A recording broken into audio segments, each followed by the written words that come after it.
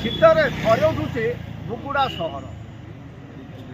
ତେବେ ଗଞ୍ଜାମ ଜିଲ୍ଲାର ବୁଗୁଡ଼ା ସହରରେ ପ୍ରତିବର୍ଷ ଭଳି ଚଳିତ ବର୍ଷ ମଧ୍ୟ ଶୀତ ଅନୁଭୂତ ହେଉଛି ଏବଂ ଆଜକୁ କିଛି ଦିନ ଧରି ଲାଗି ରହିଛି ଅତି ପ୍ରବଳରୁ ଅତି ପ୍ରବଳ ଶୀତ, ଯାହା ଫଳରେ ଲୋକେ ଯାତାୟାତରେ ମଧ୍ୟ ବାଧାପ୍ରାପ୍ତ ହେଉଛି ଏବଂ ଘନ କୁହୁଡ଼ିରେ ମଧ୍ୟ ଦେଖିବାକୁ ମିଳୁଛି।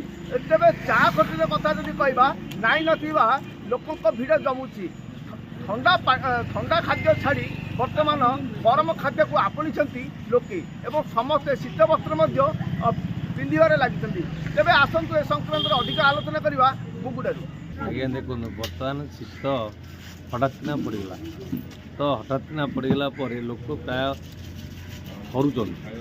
ତେଣୁ ସମସ୍ତେ ଆସିକି ବର୍ତ୍ତମାନ ଭୋର 4ଟାରୁ ସମସ୍ତେ ଚା ଖଟିରେ ଖାଉଛନ୍ତି।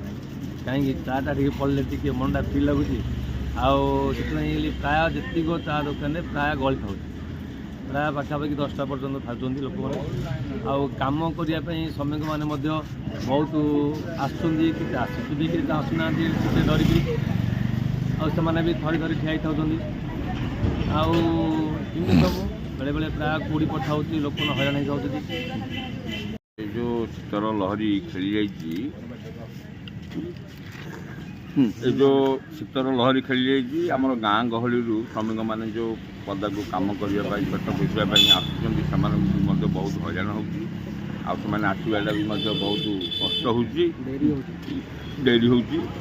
ସେଥିପାଇଁ ସବୁ ପ୍ରକାର ଅବ୍ୟବସ୍ଥା ହେଉଛି। ଆଉ ଏଇ ଯେଉଁ ଶୀତ ଚା ଖଟିରେ ଭିଡ଼ କେମିତି ଦେଖୁଛନ୍ତି? ଚାହା ଖଟିରେ ପ୍ରାୟ ସବୁ ଲୋକ ମାନେ ସକାଳୁ ଯେଉଁ ମର୍ଣ୍ଣିଂ ମାର୍ଚିଂ କରୁଛନ୍ତି। ଚାହା ଖଟି ପ୍ରାୟ ରାତି କେତେଟାରୁ ଭିଡ଼ ଲାଗୁଛି? ପ୍ରାୟ ରାତି 7ଟାରୁ 9ଟା ପର୍ଯ୍ୟନ୍ତ ଶୀତ ପାଇଁ ଚାହା ଫା ପିଇକି ଲୋକମାନେ ଭାରି ଯାତାୟାତ କରୁଛନ୍ତି। ସାର୍, ପାହାନ୍ତିଆ କେତେଟାରେ ଭିଡ଼ ଲାଗୁଛି? ଯେଉଁଭଳି ଥଣ୍ଡା ଅନୁଭୂତ ହେଉଛି, ଚା ଖଟିରେ ପାହାନ୍ତିଆ ଭିଡ଼ କେମିତି ଦେଖୁଛନ୍ତି?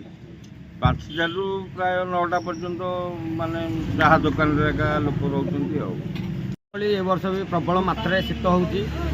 ଏହି ପରିମାଣରେ ଶୀତ ହେଉଛି, ଘରୁ 8ଟା ନହେଲେ ବାହାରିବାକୁ ଇଚ୍ଛା ହେଉନାହିଁ। ଲୋକମାନେ ଥଣ୍ଡା ଖାଦ୍ୟକୁ ଆଉ ପସନ୍ଦ କରୁନାହାନ୍ତି। ବର୍ତ୍ତମାନ ଗରମ ଖାଦ୍ୟ ଉପରେ ସମସ୍ତଙ୍କର ଡିମାଣ୍ଡ। ଦିନ 10ଟା 11ଟା ପର୍ଯ୍ୟନ୍ତ ଚା ଖଟି ଗହଳି ଥାଉଛି। କୁହୁଡ଼ି ବି ଗୋଟେ ଜାଗାରେ ଦେଖିବାକୁ ମିଳୁଛି।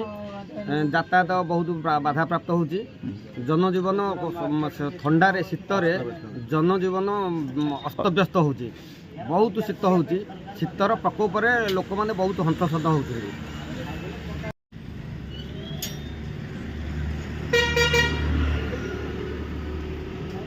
ଦେଖୁଥିଲେ ଯେଉଁଭଳି ଭାବେ ଆମେ ପ୍ରତିକ୍ରିୟା ଶୁଣୁଥିଲେ ବୁଗୁଡ଼ାବାସୀଙ୍କର, ସନ୍ଧ୍ୟା 5 ଘଣ୍ଟା ହୋଇଗଲେ ପ୍ରତ୍ୟେକ ଚା ଖଟିରେ ଲାଗୁଛି ଲୋକଙ୍କ ଭିଡ଼। ଟିକେ ଚା ପିଇବା ପାଇଁ ଲୋକଙ୍କର ସମସ୍ତଙ୍କର ଇଚ୍ଛା ବାନ୍ଧୁଛି। ତେବେ ସକାଳୁ ମଧ୍ୟ ରାତ୍ର 4 ଘଣ୍ଟା ଠାରୁ ଆରମ୍ଭ ହୋଇଯାଉଛି ଶୀତର ପ୍ରକୋପକୁ ନେଇ ଚା ଖଟିରେ ମଧ୍ୟ ଲୋକଙ୍କ ଭିଡ଼। ତେବେ ଶ୍ରମିକ ଠାରୁ ଆରମ୍ଭ କରି ସମସ୍ତେ ବୁଗୁଡ଼ା ସହରର ପ୍ରତ୍ୟେକ ଚା ଖଟିରେ ଭିଡ଼ ଦେଖିବାକୁ ମିଳୁଛି। ତେବେ ଚା ଖଟିରେ ଲୋକଙ୍କ ନାହିଁ ନଥିବା ଭିଡ଼ ରହିଥିବା ବେଳେ ଅନ୍ୟପଟେ ମଧ୍ୟ ଯଦି କହିବା ବୁଗୁଡ଼ା ସହରରେ ପାହାନ୍ତିଆରୁ ଘନ କୁହୁଡ଼ି ମଧ୍ୟ ଦେଖିବାକୁ ମିଳୁଛି।